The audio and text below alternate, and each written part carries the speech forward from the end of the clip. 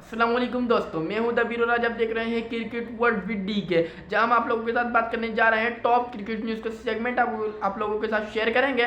तो नंबर 1 पे जो खबर निकल के सामने आ रही है वो खबर ये है कि पाकिस्तान वर्सेस ऑस्ट्रेलिया के फर्स्ट टेस्ट से मिचेल स्टार्क बाहर हो सकते हैं, उसके हवाले से डिस्कस करेंगे। और नंबर 2 पर बात करने जा रहे हैं कि नसीम शाह का कंफर्म हो गया है कि वो इस्लामाबाद में चले गए। तो इस्लामाबाद ने कोयटा को क्या क्या दिया है वो भी आप लोगों के साथ डिस्कस करेंगे।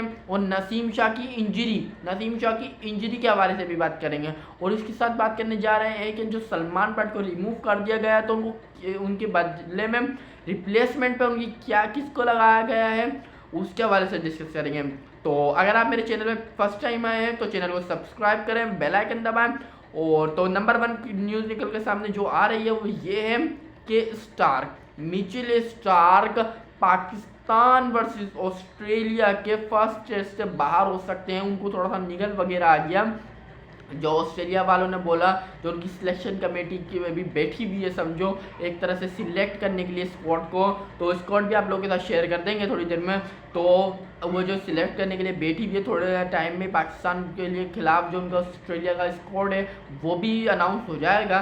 तो मिचेल स्टार्क बाहर हो सकते हैं। उन लोगों ने ये डिसाइड कर लिया एक तरह से कि मिचेल स्टार्क फर्स्ट टेस्ट नहीं खेलेंगे। तो जो उनके जो बदले पे खेलेंगे वो हैं वेस्टर्न ऑस्ट्रेलिया के लैंस मॉरिस को खिलाया जा सकता है, जो एक स्पीड गन है, मतलब वो 150 पे बॉल करते हैं। तो ये पाकिस्तान के लिए ये थोड़ी सी गुड और बैड न्यूज़ में शामिल हो सकता है, क्योंकि मिचेल स्टार्क तो बाहर गए पर उनके जो बदले पे आ रहा है वो तेज़ बॉलर, और हम हमेशा उस बॉलर पे ज़्यादा फंस जाते हैं जो नया बॉलर आता है। मतलब हम कभी भी जो पुराने बॉलर होते हैं उस पर हम डोमिनेट तो हल्का फुल्का कर लेते हैं, बाकी उस पर हम ज़्यादा नहीं फंसते। जो नए बॉलर आते हैं वो हमें पुराने की निस्बत ज़्यादा फंसा लेते हैं, तो हमें नए बॉलर ज़्यादा खतरनाक लगते हैं। तो अभी देखते हैं लैंस मॉरिस अगर फर्स्ट टेस्ट खेल गए तो उनकी क्या परफॉर्मेंस होगी, वो पाकिस्तान के खिलाफ कैसी बॉलिंग करेंगे। तो अब देखते हैं। उस स्टार्क को उन्होंने स्क्वाड में तो रखा है, तो सबसे पहले आप लोगों के साथ स्क्वाड शेयर कर देते हैं। तो सबसे पहले तो स्क्वाड पढ़ के सुनाता हूँ आपको मैं। तो नंबर 1 पे है David Warner, Usman Khawaja, Steve Smith, Travis Head, Marnus Labuschagne, Mitchell Marsh, Alex Carey, Pat Cummins captain है। मिचेल स्टार्क स्क्वाड में तो रहेंगे क्योंकि ऑस्ट्रेलिया के उसके बाद बड़े टेस्ट आएंगे, बॉक्सिंग डे टेस्ट मैच भी है जो पाकिस्तान के साथ खेला जाएगा नंबर 2 पे MCG में। फिर उसके बाद सिडनी में भी टेस्ट मैच है, और ये डिसाइड करा गया है कि फर्स्ट टेस्ट में उनको आराम कराएंगे, उसके बाद उनको कोशिश करेंगे वो फिट हो जाएं तो फिर उसके बाद खिलाएं। तो मिचेल स्टार्क हो जाएंगे, फिर हो जाएंगे नथन लियोन, ये भी बड़े खतरनाक स्पिनर है, पाकिस्तान को ये फंसा सकते हैं, ये बहुत अच्छी स्पिन बॉलिंग करते हैं। और इसके बाद है जॉश इंग्लिश विकेट कीपर, फिर है स्कॉट बॉलैंड भी एक मीडियम फास्ट बॉलर है। और इसके बाद है कैमरन ग्रीन, फिर है लैंस मॉरिस, ये जिसका मैंने आपको बताया अभी लैंस मॉरिस। तो ये पाकिस्तान के खिलाफ इन्होंने डिसाइड कर रहे हैं कि ये स्क्वाड हो सकता है इनका अनाउंस हो, 14 मेंबर्स स्क्वाड है। तो पाकिस्तान के खिलाफ इनका ऑस्ट्रेलिया का ये स्क्वाड वो हो सकता है, अनाउंस हो सकता है। तो अब देखते क्या होता है कि स्टार्क नहीं खेलेंगे वो खेलेंगे। तो इसके बाद जो खबर निकल कर आ रही है वो है नसीम शाह के हवाले से।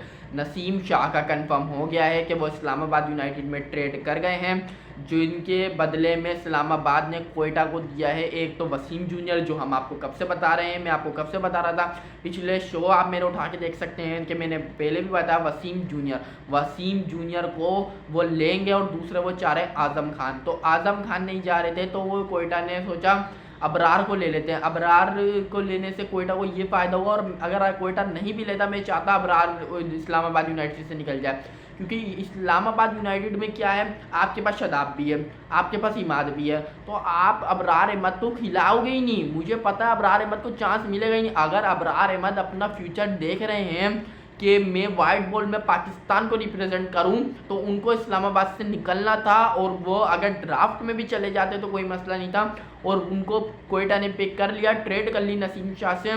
तो कोयटा के पास अब बहुत अच्छी अपॉर्चुनिटी है।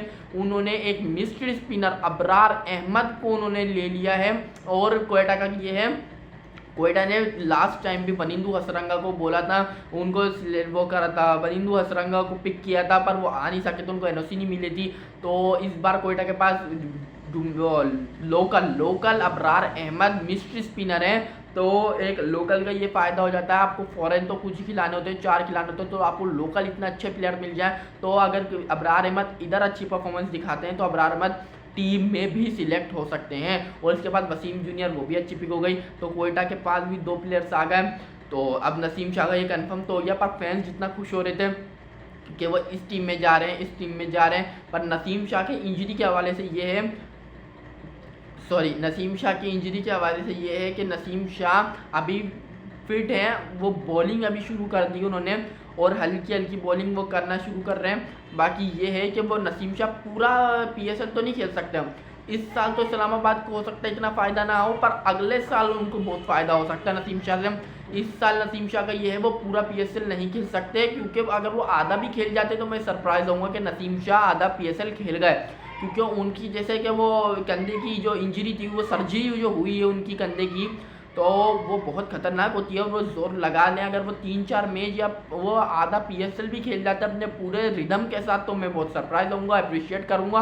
बाकी ऐसा नहीं करना चाहिए, नसीम शाह का आगे सोचना चाहिए, पीसीबी सोचेगा भी, क्योंकि पीसीबी ने नसीम शाह के ऊपर करोड़ों रुपए खर्च करे हैं। अभी जो नसीम शाह इंग्लैंड से वापस आ रहे हैं, नसीम शाह इंग्लैंड में अपनी सर्जरी करवा रहे थे, उनकी इंग्लैंड में जो पैसे लगे हैं वो पीसीबी ने पे किए थे। तो पीसीबी इस्लामाबाद यूनाइटेड को खुली इजाज़त नहीं दे देगा कि आप लोग भाई नसीम शाह को लो और